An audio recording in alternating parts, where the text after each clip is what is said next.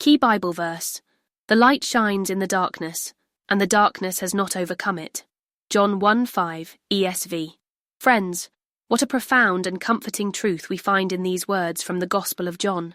Before we dive deeper, I want us to consider a concept from the ancient world, particularly from the time John was writing. In many cultures of that era, and certainly within Jewish thought, light wasn't just a physical phenomenon, it was deeply symbolic of God's presence, of goodness, truth, wisdom, and life itself. Darkness, conversely, represented chaos, ignorance, evil, and despair. So, when John declares that the light shines in the darkness, he's not just talking about a lamp in a dim room.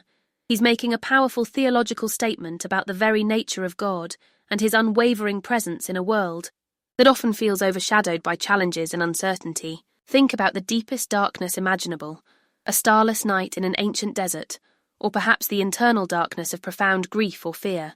John's message is that even there, especially there, God's light, his very essence, is actively shining. It's not a passive light waiting to be discovered.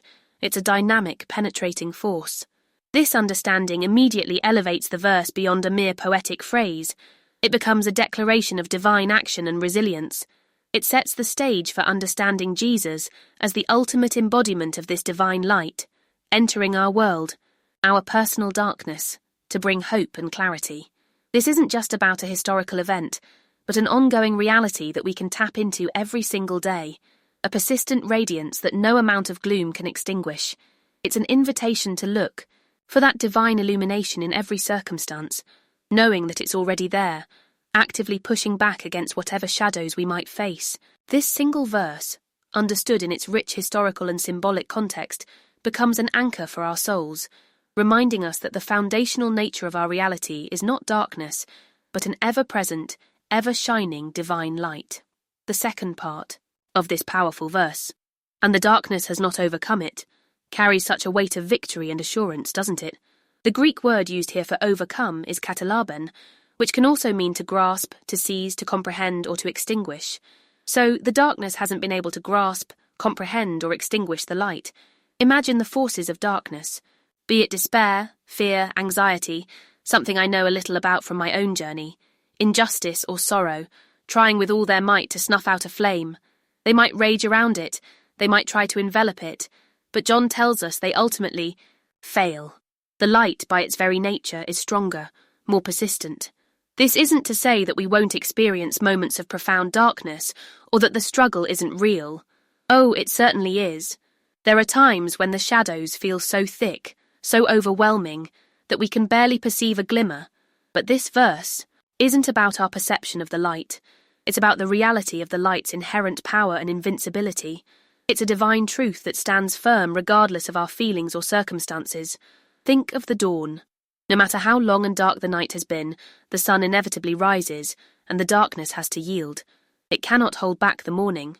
In the same way, the spiritual darkness in our lives, in our world, cannot ultimately triumph over the light of Christ. This provides such a bedrock of hope. It means that even in our most challenging moments, even when we feel lost or defeated, the light is still shining, and the darkness has no ultimate power over it, or over us, when we are in Him. This assurance can change how we face our trials, not with a naive dismissal of their pain, but with a deep-seated confidence in the ultimate victory of God's light and goodness. So, how do we live in this truth daily? How do we actively walk in the light when the shadows seem to press in from all sides? It begins by intentionally turning our gaze towards the source of that light, Jesus Christ. He himself said, "I am the light of the world. Whoever follows me will not walk in darkness, but will have the light of life." John 8:12. This following isn't a one-time decision, but a continuous journey of seeking Him, of immersing ourselves in His Word, which is a lamp to our feet and a light to our path. It's about cultivating a relationship with Him through prayer, allowing His presence to illuminate our thoughts, our decisions, and our reactions. When we fill our minds and hearts with Scripture, with worship, with fellowship with other believers who also carry His light, we are actively strengthening our connection to that divine illumination. It's like opening the curtains in a dark room to let the sunlight flood in. The darkness doesn't need to be fought actively. It's displaced naturally by the presence of light. When anxiety whispers its fears, we counter it with the truth of God's unfailing love and sovereignty, which is a beam of light. When discouragement sets in, we recall his past faithfulness and his promises for our future, another ray of hope. It's also about carrying that light into the world around us. As we are filled with his light, we are called to reflect it to others who are struggling, in their own darkness, offering them the same hope and encouragement we have received. This active participation, this conscious choice to seek and reflect the light, is key to experiencing its power to overcome the darkness in our daily lives. Consider the practical implications of this for our worries, our career uncertainties, or those moments of deep personal challenge that we all face. If the light of Christ truly shines in the darkness and cannot be overcome, then no situation is entirely hopeless, no problem is too great for his presence to penetrate. This doesn't mean that solutions will always be instantaneous, or that difficulties will magically disappear. But it does mean that we are never alone in the struggle, and that there is always a resource of divine strength, wisdom, and peace available to us. When I navigated my own seasons of anxiety about the future, about finding my footing, this verse was a lifeline. It reminded me that even if I couldn't see the full path ahead, God's light was still there, illuminating the next step. It encouraged me to trust not in my own ability to dispel the darkness, but in his power to shine within it and through me. So, when you're facing a difficult conversation, a challenging project at work, or a personal fear, remember John 1:5. Pause and ask God to help you perceive his light in that specific situation. Ask for his wisdom to guide your thoughts and actions. This truth empowers us to move forward with courage, not because we are fearless, but because he is faithful, and his light is greater than any fear.